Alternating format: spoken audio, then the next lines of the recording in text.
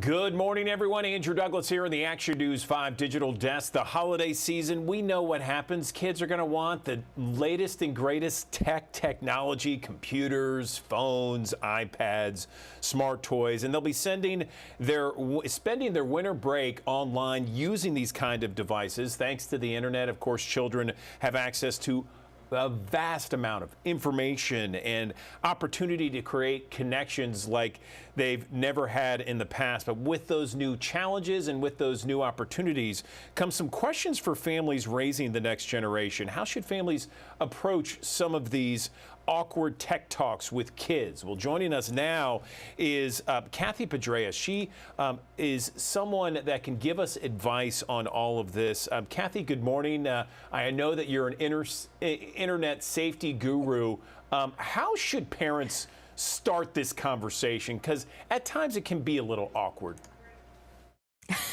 It is definitely awkward and it could be complex, but I think you hit the nail on the head. The important thing is to start having the conversation, start it early, to have them often, and really make it a family discussion. You know, when we're talking about internet safety or digital safety or talking about instituting boundaries for our family when they're online, it's really important to have conversations about why we're doing it, a plan for maybe easing restrictions so that the kids are able to eventually start managing those risks on their own. And so the key part is just start having the conversations.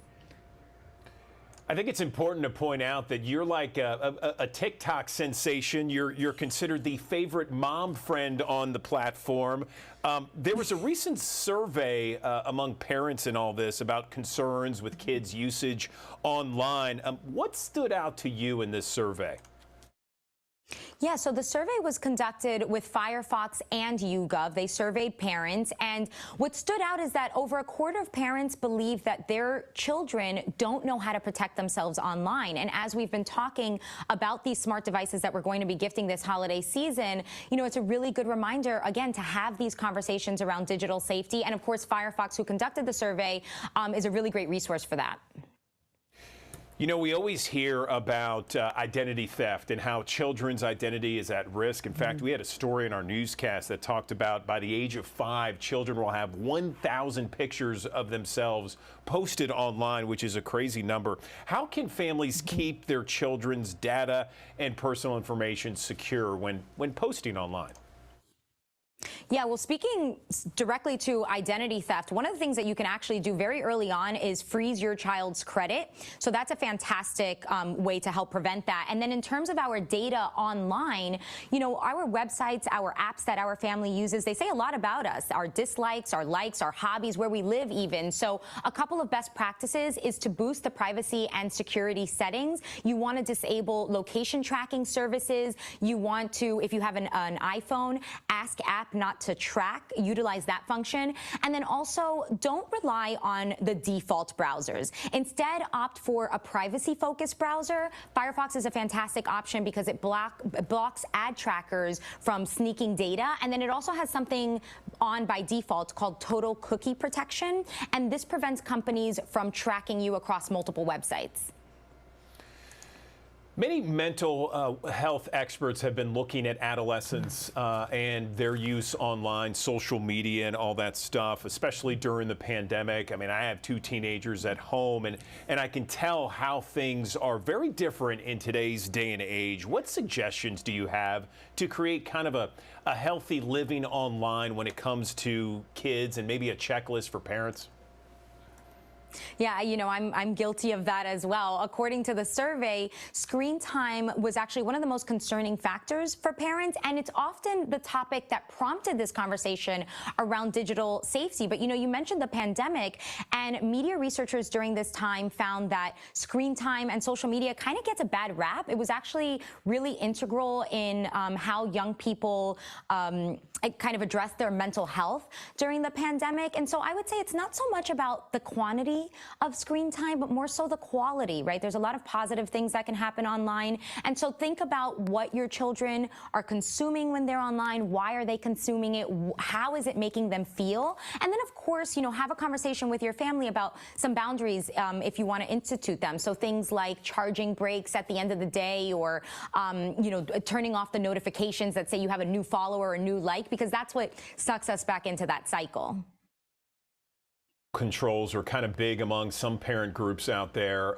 How do you have, we were talking about conversations at the beginning of our talk. How do you have that conversation with kids when it comes to parental controls?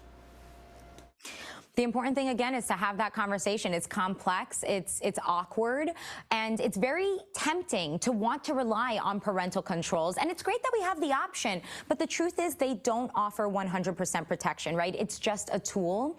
And so most importantly is to have these conversations with your family. If you want to institute some parental controls, make it a family decision, talk about the whys, and then also talk about, how you can ease some of those restrictions so that kids can get that real life practice of managing the risks on their own. Kathy, let's double back around to talk about, again, parents buying these smart toys. I mean, almost every toy out there has some sort of smart feature. So when it comes to security and safety, what's some good reminders for parents out there as they look at toys this holiday season? Yeah, anytime there's a connected device, there's always a risk, right? But the same way that you wouldn't give a teenager the key to a car and let them just drive off without teaching them how to manage the risks of the road, it's the same with our connected devices. And actually, a really great resource for you, Firefox has this guide. It's called Privacy Not Included, and it's a really great way for you to decide which kinds of ethical technology companies you want to buy some of the gadgets from, or what kinds of apps you want to download. And they have hundreds of products there, so that's a great place to start. Okay, I love what you just said. Is there a website, or where can our viewers go for this information that we talked about? Because I know that this conversation people are going to want to look at again, and they're going to want to kind of see some of the tips and suggestions that you mentioned. Oh, yeah, absolutely. You don't have to reinvent the wheel here. Experts have kind of laid it all out for you. So if you go to firefox.com/families, you're going to find a ton of printouts and resources and just kind of tips and tricks to help you start making this practice in your family about talking about digital safety. Okay, Kathy Bedreas, known as Mom Friend on TikTok. We appreciate your time. Thanks so much, and happy holiday season to you. Thank you. You too.